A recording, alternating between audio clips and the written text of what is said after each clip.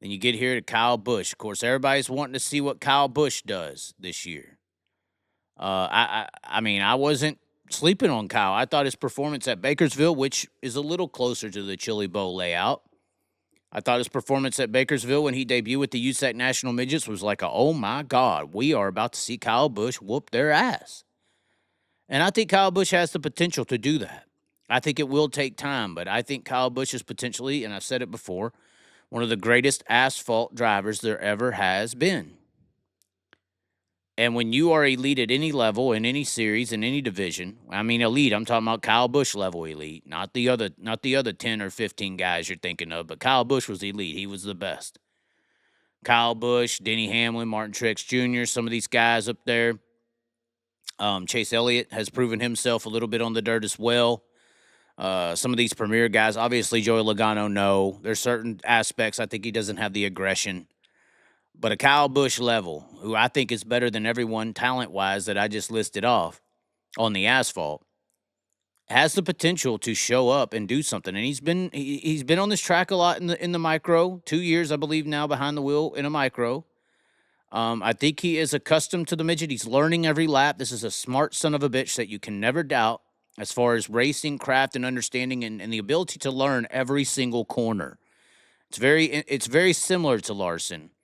But obviously he doesn't have a background of jumping into different cars, so it's a little bit more difficult for him to jump into different cars. So the processing is a little bit different. But I do believe that if Kyle Busch can process correctly, get a decent heat, run well in the qualifier, and learn continually every lap, he's only going to get better and better. That's the deal with this Kyle Busch scenario. Everyone else we're looking on the list here talking about, they are what they are. You know, their cars could get better. This or that, they get in a better car next year. Maybe that'll change how they run. But as far as the driver, Kyle Busch is the only guy I'm talking about right now that the driver is slowly going to improve. We don't know how good Kyle Busch could be in dirt track racing. Obviously, I think our competition is way more talented in dirt, so that's going to be a hurdle he has to cross as well because he's not used to having 50 or 60 guys in just as good race cars who are just as talented as him. He's used to NASCAR where there's about 5 or 6 cars that are really good and 4 or 5 good drivers in them. Most of the time, 3 or 4 good drivers in the good cars. There's good drivers in bad cars like him in the Richard Childress machine. Just like I said in the other video, Larson went from Ganassi to Hendrick. He didn't all of a sudden get any better. He just switched to a better car. Same thing has happened the other way around here with Kyle Busch. He went from a Joe Gibbs car to a Richard Childress car. It's a step down. And on that asphalt surface, you need that step up. Car is very much in control of what you do in the finishing order. But on this dirt deal, everybody can buy what you buy. There's guys who have set them up their entire life. There's guys who have raced them their entire life. And there's guys blatantly that probably have more talent than most of your NASCAR Cup Series fields because there's not this monetary wage gap to be able to race. You know, these midgets over here aren't affordable per se, but there's a lot of guys who couldn't afford millions to go to NASCAR that are over here racing in dirt cars that have NASCAR Cup Series championship contender talent. They just didn't have NASCAR Cup Series money. So not only is Kyle having to learn every single lap, but he's also having to adapt to a higher level of competition. And I think that's the bigger shock for anybody who jumps into dirt track racing in America. You may think it's some, Cars 2 rednecks in the woods going around in circles that are just doing it for fun and a hobby. And they're not that good. They're like flag football players that, wish they could have made it to the pros but weren't good enough. You jump down here in the dirt racing and you find 50 to 60 here at the Chili Bowl, or you find 20 or 30 in 410 sprint cars, or you find 70 or 80 in super dirt late model racing that are some of the baddest ass drivers in the world. And I think that takes some adjustment to get into, especially for Kyle Busch, who's only been he's been running asphalt his entire career. He's only used to guys who can afford to run up front. Versus a guy like Kyle or Chris or somebody who's came through the dirt. They already know. They're used to that high level competition. I think that's when they get to NASCAR and they only really have to worry about 10 or 8 guys. It's easier for them. All I got to do is outrun 8 people. This is the easiest thing I've ever done in my life. And I think that's also why dirt people has some extreme success when they go into the NASCAR ranks, because the competition level drops so much. The race cars determining how well they do. You know, so the dirt guys like, hell, just give me a decent, good car and I can at least try to win. I mean, Kyle Larson did win in the Ganassi car that should have technically never even touched the top 3 or 4 or 5. Anyway, I think Kyle Busch is a threat. He's just got to adapt to the race car. We don't know his potential yet. He obviously doesn't like the funding. He's in a good car, has good people around him. But even after he adapts to the car, where will he plateau, and where will that match up against the best race car drivers in the world on the dirt tracks? It's interesting to see. We go down the list here. Another guy I think that could maybe contend a little bit, do something special here, is Ryan Timms. Obviously, he came off of the wing season where he kind of bounced back. I think when most people say he bounced back in his winged racing, he's going to be in this JBL car. He kind of bounced back in his winged racing. We talked to him the other night. He called into the show while we were talking to Connor and having his fight debacle.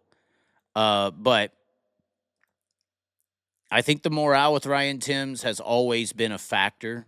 When I'm watching the guy go around the track, I feel like if you talk to Ryan Timms, you can almost feel how he's going to perform based on his morale. I think a lot of younger drivers are emotionally based, more so than the older drivers who are seasoned in those emotions. But especially they call it soft. I don't think it's soft. I just think the younger people are more in touch with themselves and how they feel, and it affects their performance on the track. I'm not saying it's a bad thing. I personally think it's a good thing. But Ryan Timms, in my opinion, talking to him the other day, seeing his face at the end of last year running well in the high limit series and decent with the World of Outlaws, Ryan Timms' emotions are in a good place. And when Ryan Timms' emotions are in a good place, he performs really, really well. He performs championship level. He performs on an elite level. And that combination of success in wing racing, having a good emotional state, looking forward to the future here in 2025 with that West River car, that 10 machine. I think that adds to the potential that this car and Ryan Timms in the Chili Bowl, even though it's a midget, he's not going to race the rest of the year, which that may be a good thing for him. I think there's a big combination here where Ryan Timms could be, even though it wouldn't be a sleeper, he could be a contender to win tomorrow night's race. Or tonight's race, depending on probably tonight. Actually, tonight's race. It is 12:30 a.m., but when we get over there tomorrow night, I think I could potentially see the 67 of Ryan Timms do some damage on the racetrack and potentially win. And I think it's because of his emotional status in life right now and the outlook and future that he has hope for and appreciates more. He talked about it, how he appreciates the sprint car and the success way more now than he did before. You can go listen to that interview on the channel where we talked to him on the phone just the other night. So it was a pretty good interview. Go check it out. But Ryan Timms, keep an eye out for him. He's in a good state, an upward motion in morale and outlook. And I think with younger drivers, and particularly, that matters big time. Let's go down the list some more. We're almost to the end here. And then we're going to talk a little bit of some Lucas Oil late models. Before we get out of the picture, just a little tap onto the late model scene. You have Ryan Timms there. We're going down the list. Ricky Stenhouse Jr. He's always very impressive at the Chili Bowl. Gavin Miller in here. Michael Pickens is also tomorrow night. They have a TBA on the number, but it is a KKM car. So Michael Pickens in a KKM. Michael Pickens is due to potentially win a Chili Bowl. This is one of the drivers that people would consider possibly one of the best midget drivers in the world. He has had bad luck at the Chili Bowl. He's performed well, but he's had bad luck, in my opinion, But if he gets going right in a KKM car, Michael Pickens could win the whole damn thing.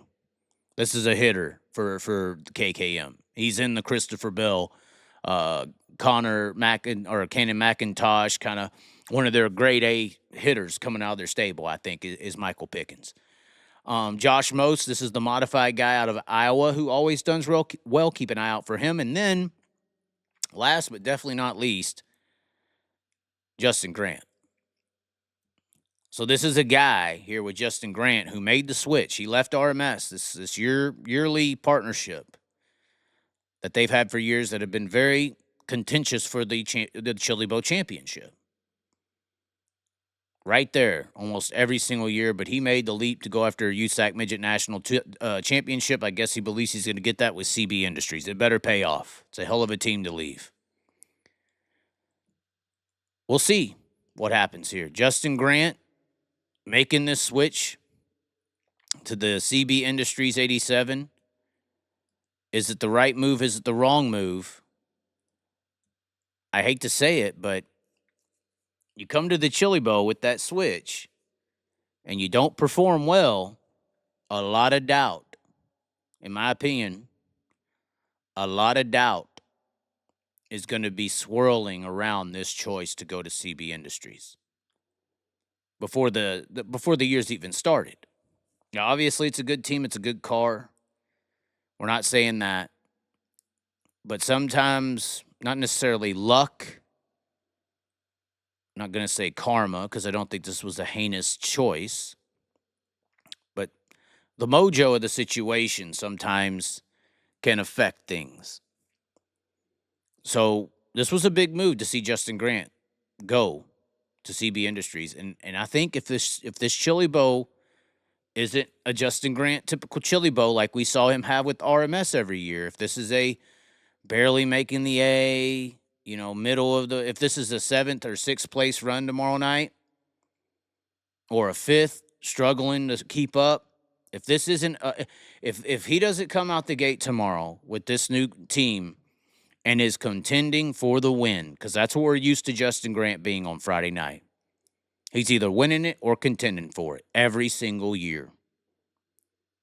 And if he comes out the gate and doesn't contend for the win tomorrow night, I think that is going to definitely change the morale of this choice to go to CB Industries. That's just me.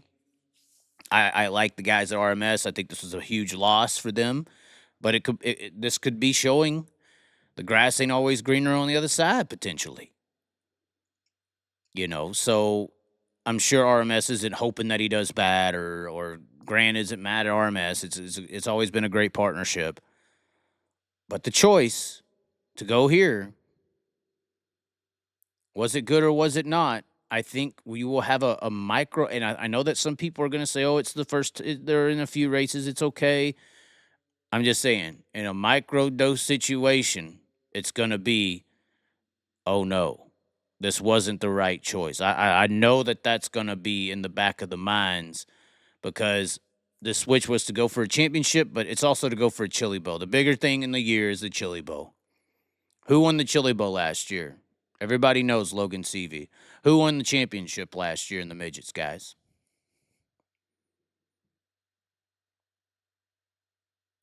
Who won the USAC National Midget Championship? I guarantee you a bunch of you who are watching this right now are saying, oh, shit, I don't know. Who won it?